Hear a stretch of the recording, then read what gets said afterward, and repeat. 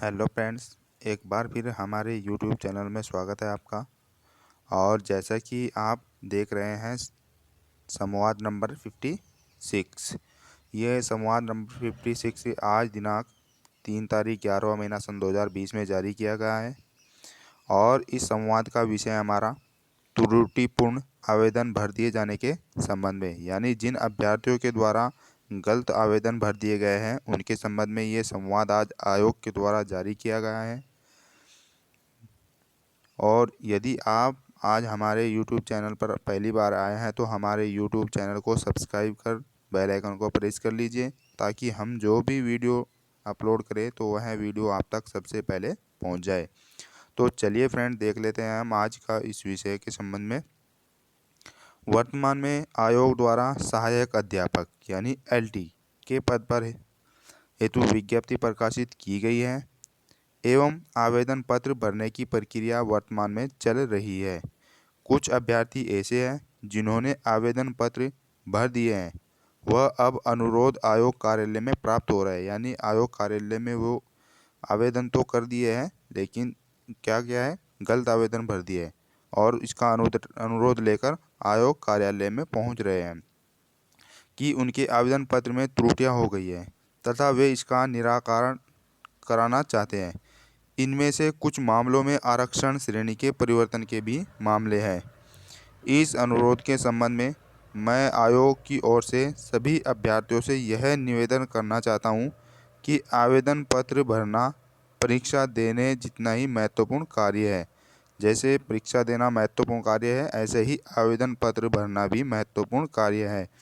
आयोग के पिछले 5 वर्ष के अनुभव में ऐसे कई मामले आए हैं जिनसे अभ्यर्थी चयन सूची में स्थान पा गए, किंतु त्रुटिपूर्ण आवेदन के कारण अंत में अभ्यर्थन निरस्त होकर उन्हें चयन प्रक्रिया से बाहर होना पड़ा।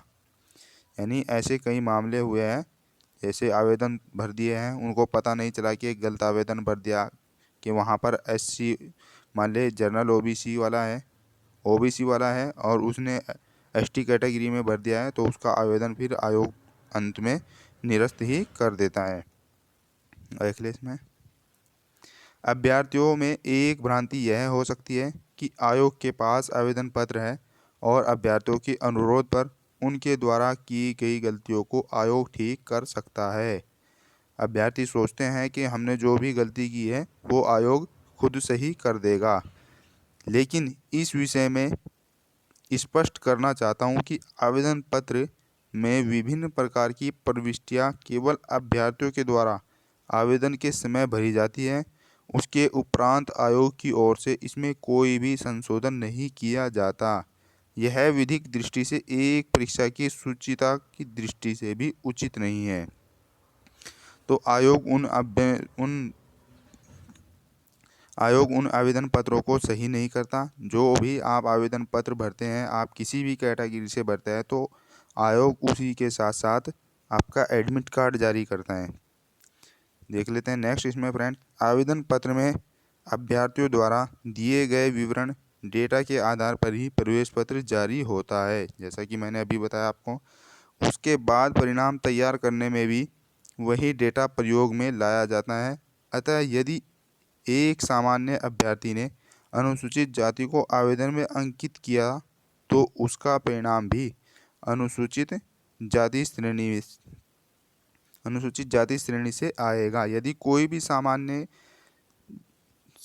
कैटेगरी का अभ्यर्थी किसी अन्य कैटेगरी से आवेदन करता है तो उसका परिणाम भी उसी कैटेगरी से आएगा, जैसा ही उसने आवेदन भरते समय कैटेगरी को फिल किया था। ऐसी स्थितियों में आयोग के पास अभ्यर्थन निरस्त करने के अतिरिक्त कोई विकल्प शेष नहीं होता। यदि वह अभ्यर्थी डॉक्यूमेंट वेरिफिकेशन के समय उस कैटेगरी का प्रमाण पत्र नहीं दिखाता तो फिर आयोग के पास एक ही निर्णय बचता है कि वो उसका अभ्यर्थन निरस्त किया जाए, क्योंकि उसने गलत भर दिया गया था। नेक्स्ट देख लीजिए मैं,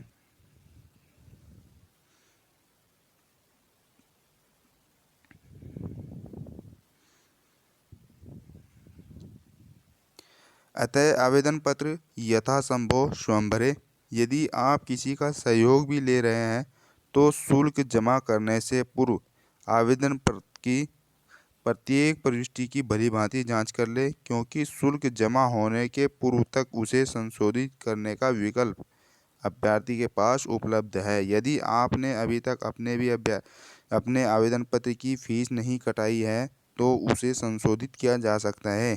शुल्क जमा होने पर सबमिट करने के बाद आवेदन पत्र व उसका डाटा फ्रीज हो जाता है। यानी जैसे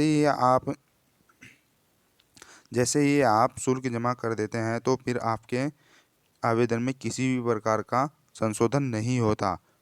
अतः शुल्क जमा करने से पूर्व अत्यंत सावधानी से प्रत्येक प्रविष्टि की चेक करें, यानी प्रत्येक चीज़ को चेक करें शुल्क जमा करने से पहले।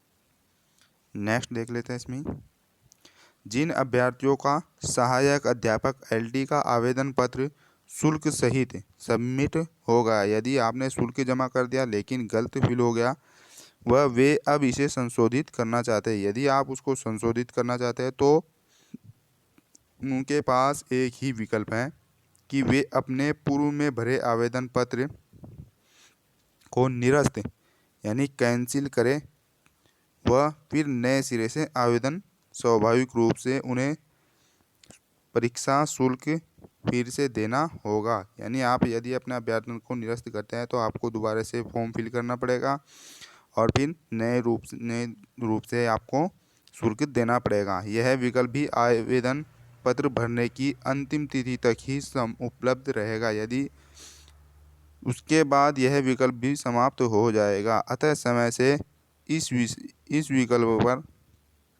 विकल्प का उपयोग कर ले। भविष्य में आवेदन पत्र भरने में अत्यंत सावधानी बरते। शुभकामनाओं के साथ। यानी इसमें आयोग के द्वारा साफ साफ बोला गया है कि जिन अभ्यर्थियों ने आवेदन पत्र में गलती की है वे अपना आवेदन पत्र कैंसिल कर दोबारा से नए सिरे से स्टार्ट कर सकते हैं। उसके लिए आपको नए तरीके से फीस जमा करनी पड़ेगी।